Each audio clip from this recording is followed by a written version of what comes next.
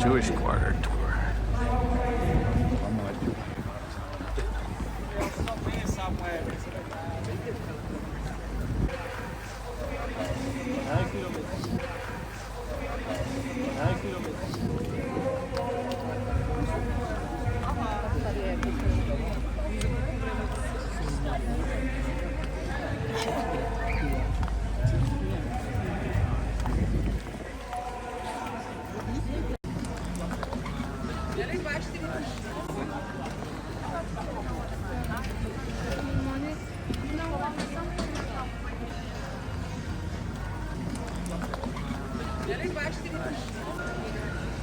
So before we go into the area, you've got to keep this in your minds. Where we're walking, the Jews were never living in these buildings, because all of these buildings are built after the Jews were living there. Because when the Jews were living there, it was the worst place in the city, right on the bend of the river. So they're getting flooded. Not every year, but almost every year. The worst flood in history was 2002. The city was like Venice on the other side of the river.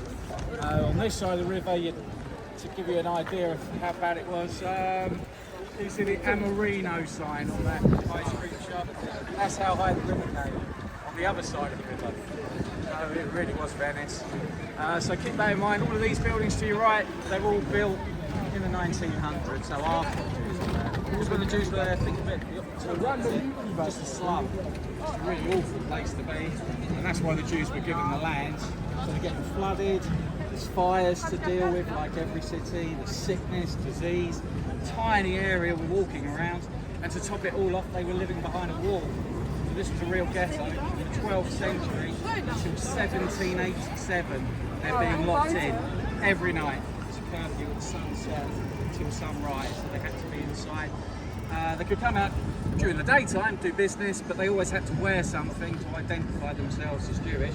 So you see the war films, yellow stars. Nothing new with that, that goes back to Roman times. They got the idea from the Persians, so this is 2,000 years. All over Europe, the Jews are usually wearing yellow stars. The Czechs have to be different. They didn't have yellow stars, they had a hat, but a silly one with a cone in the middle. It's a really silly looking hat. But again, it was yellow, because that's the one and only thing we agreed on in Europe. We're fighting each other all the time, but we all agreed the Jews wear yellow. Because everybody, north, south, east, west, we all understood the colour, where it came from, which was ships. When ships came into port and wanted to let people know, stay off that ship, it's in quarantine. The sailors used to put up yellow flags over the ships. So that's how we're looking at the Jews for all those centuries. So the walls went up during the Crusades. It was the Pope that started the ghettos across Europe. He said you have to separate non-Christians, which meant the Jews, because they're the only large non-Christian group all over Europe at the time. So that's when the walls went up. But the wall came down here 1787, because the Emperor of Austria, on paper anyway, he made us all equal under the law. Obviously with justice, money talks a little bit sometimes, but officially we're all equal. So the wall came down, there's not one brick left. You can see where it was if you look behind yourself there. See the church, it's quite tall, but that's the back of it. Just a few steps till you get to where the gallery sign is. So really tiny for the height. So it couldn't go any further, you see it was built right to the wall. So the wall was there, and then down the right hand side of the street. So the Jews, like I say, they're living to the right there. Like I say, the wall came down, nothing left of it. And then the Jews could live anywhere in the city, only the richer Jews got out though. They moved out straight away. And then it became home just to the poorest people in the city. So the poorest Jews, Czechs and Germans, they were sharing just a really awful looking place. And even though it got better as it comes closer to the modern day, it's still not a nice looking place. So that's why they changed it. So they took all the Jewish houses down, then they raised the street level by a good shop floor so it didn't flood, say 2002. And then they built these beautiful buildings. So it took decades to raise the street level and a few years, about a decade, to put these up. So like I say, all before the First World War, they finished this. So keep that in mind when we're walking around. The Jews were in the area, but not in these buildings, just a few Jews were here in history. And it's that expensive, nobody lives here. Nobody lives in this whole city centre actually. It's almost all offices everywhere, above the shops. Sometimes hotels obviously, and Airbnbs, but usually it's offices above the shops. This one here, by the way, to the left there, that's where the mayor of Prague That's his offices. There's the town hall, or the city hall, I should say. And then you've got a lovely part of it there. And the most famous of all the Jews, you can see him while we're looking that way, Franz Kafka. His head's on the corner here as well. He's the most famous of the Jews, even though most people have never read his books. You've read books inspired by Kafka for sure at some point in your life. And there's always films every year, they say, are very Kafka-esque. If you hear that about a film, you're not going to understand anything in the film. So think of those things. He was one of the most influential writers of the 20th century, him and George Orwell probably. And they both died of the same thing, tuberculosis, TB, that's what they died of. So he died aged 40. Before he was famous, he became more famous after the Second World War, because that's when the novels, they got published. His best friend, at his deathbed, he told his best friend, destroy all the manuscripts. But his best friend was a writer and he published it after the war. So that's how he became so famous. And he was kind of born here. Now that's all that's left of his birthplace. The archway there, the entrance with the balcony. It's just a different colour. So that's where, on the site he was born, but not that actual building, but it says on. So all that survived are 6 synagogues and the cemetery, so that's what we'll find on our way around.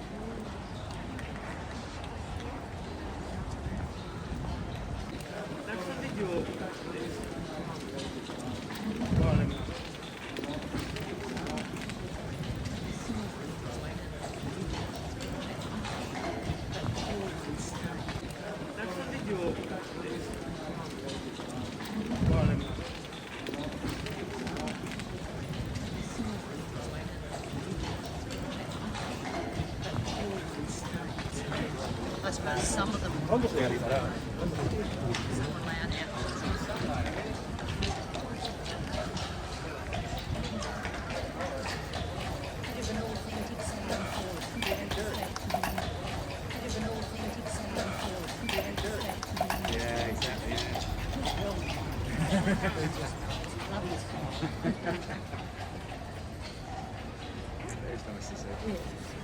And like I say, Kafka's the most famous of the Jews. The wealthiest by far, the man that built this synagogue.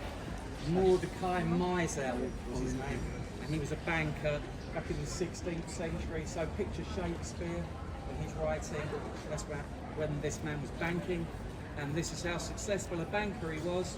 He didn't just build this synagogue; he also helped pay for 2 more, and the Jewish town hall at the time. And he paved the streets of the whole ghetto, and he built bathhouses for the community, and he did lots of charity work, so he's very popular, obviously. The Jews made him the mayor of the ghetto, and the Austrians ruling here, they saw how good he was with the money. They made him Minister of Finance for the Czechs. But, you know, there's a but coming. He's still Jewish, so he had to live in the ghetto, and he's wearing the silly hat that all the Jews wore outside, which you can see inside the Star of David. See in the middle there? Yeah. Looks more like a bell, but it gives you the idea of it. So he's even wearing that. But this is how wealthy he was. He did all the lovely things, but he built the synagogue here just for himself. That was a private family synagogue. So you know you're doing well for yourself. It's like building your own place of worship and a school just for you and the family. So That's serious money. And he would have been living next door. He was living this end of the ghetto. You're not getting flooded this far up. You see, even now it's dipping down, even after they've raised the street level. Oh, no. So the poorer Jews were that end, I'm afraid, always getting flooded. So the richer Jews live this end. And it's very small inside, because what you're looking at, by the way, that's only from the 19th century. The front got taken on for fire. But it's just one room. And it doesn't go very far back, but when they frame it, it feels really big, but actually it's quite small inside. And a couple of little side rooms, so it's not very big inside.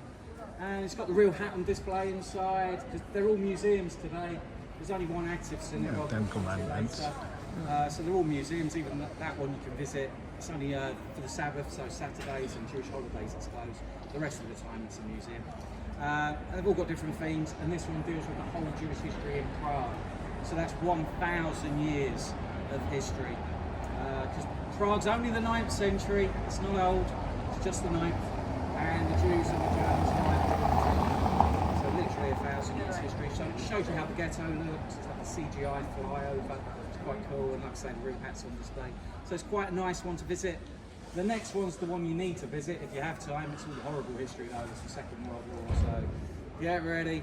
But this one, it always makes me smile, because at the top there you've got the Roman numerals. Yeah. I'm pretty sure Moses wasn't speaking Latin. Well, that's supposed to be the Ten Commandments. So I did grow up with Charlton Heston. Did he only bank to the Jewish community? No, that's why they're suffering. The only Jews were lending money with interest. Christians couldn't. They got expelled from England. 360 years there were no Jews in England because of their financial hierarchy, shall we say. The coin clipping. That's why the coins got ridges on them. Because they were shaving the edges off. But if they had money, why didn't they? Yeah. If they had So money, that's why why? they got expelled. If they had money, why didn't they move out? Yeah. They didn't. You said the government had to yeah, 1787. Yeah. Of course, you couldn't go back.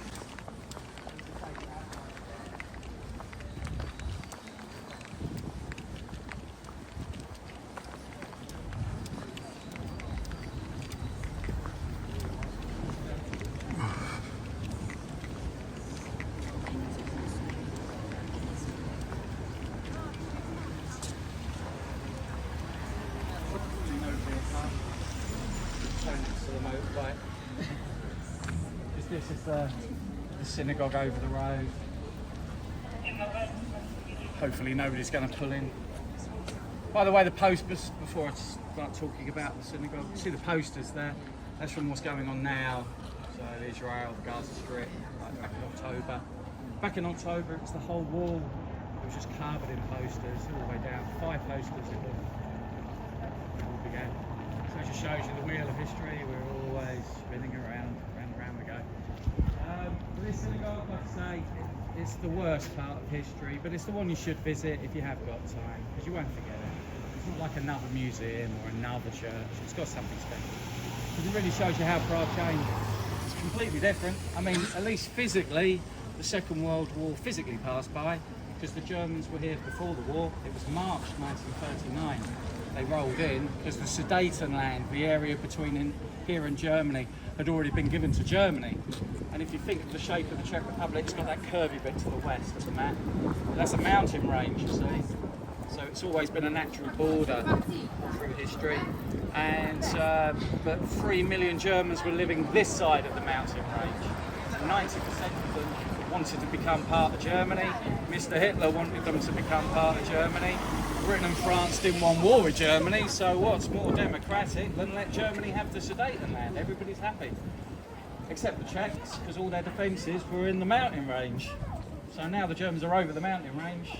They just rolled into Prague in March 1939. Nothing to stop them. Even the Slovaks had given the Czechs up to the Germans, and that way Germany protected Slovakia from Hungary, which was looking at swallowing up Slovakia because it was part of their kingdom for hundreds of years. So the Slovaks were real allies of Germany. They did let Hungary take a little bit of Slovakia on the border, where the majority were Hungarian. But then the Slovaks became allies, and they're real allies. You think how far the Soviet Union went, the Germans went in to the Soviet Union, you'll find Slovak soldiers fighting alongside them, so they're a real ally.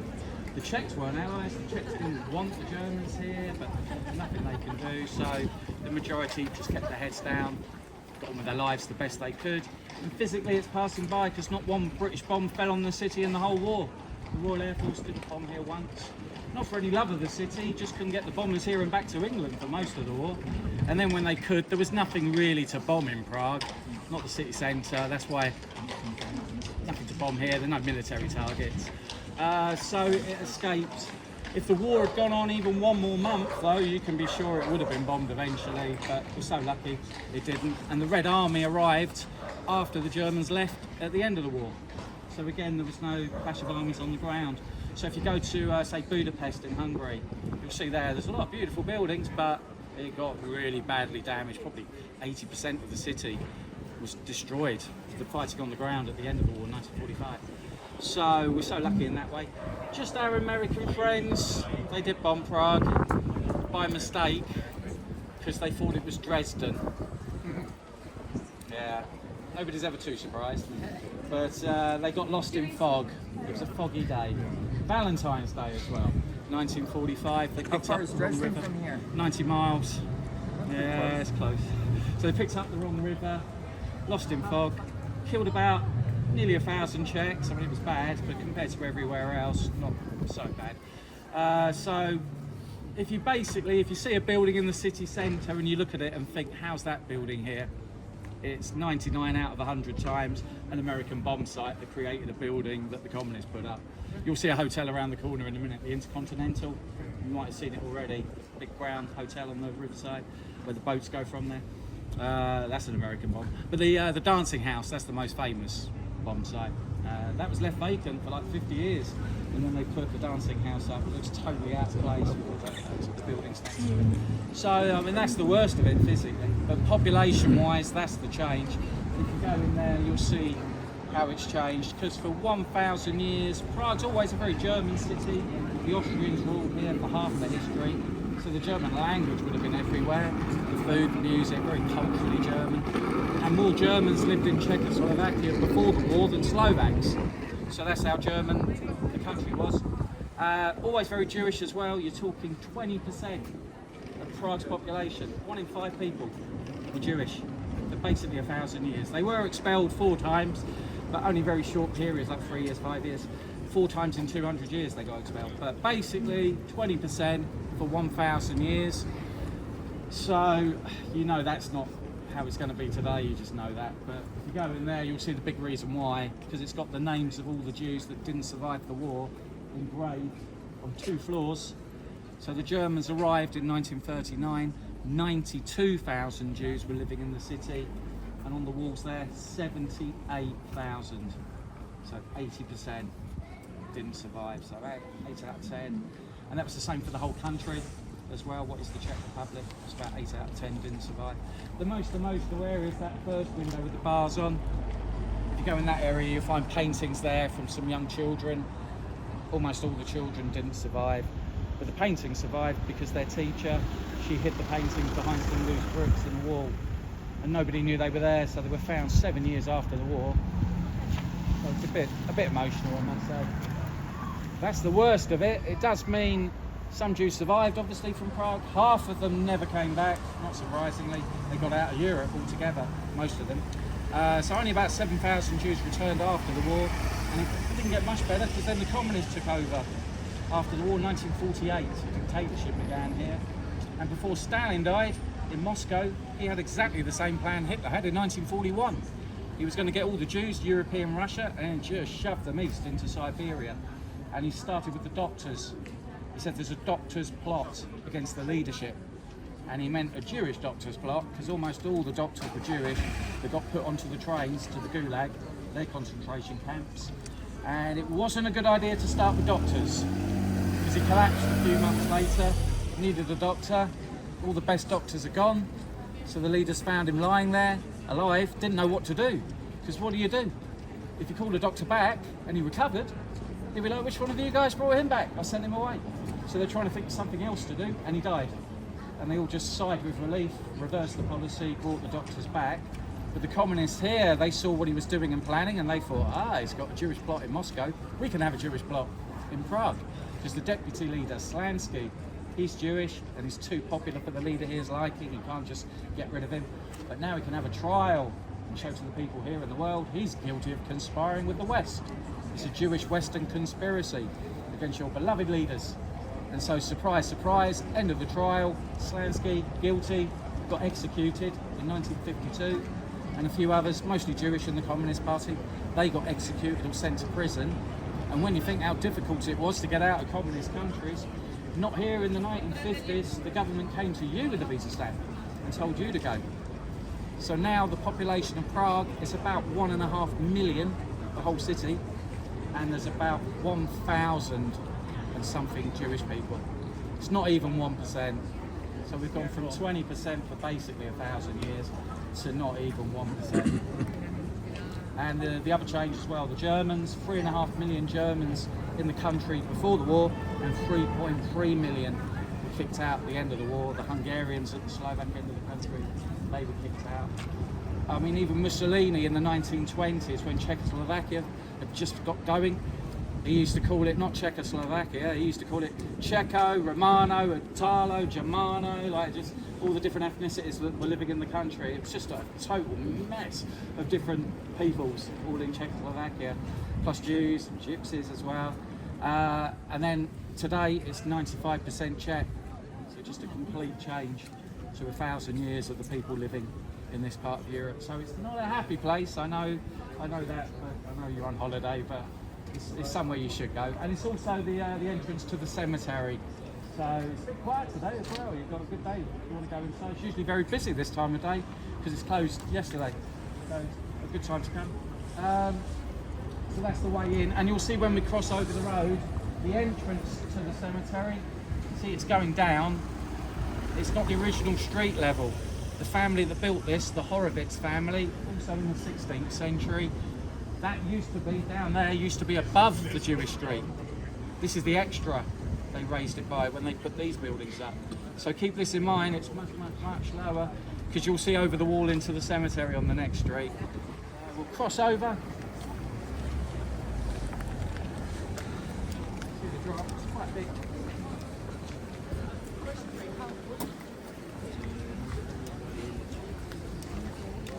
Terracing Croatian stag. This is the place just to the west of Prague. That's where the Germans live. So we'll show you something later. What's up there?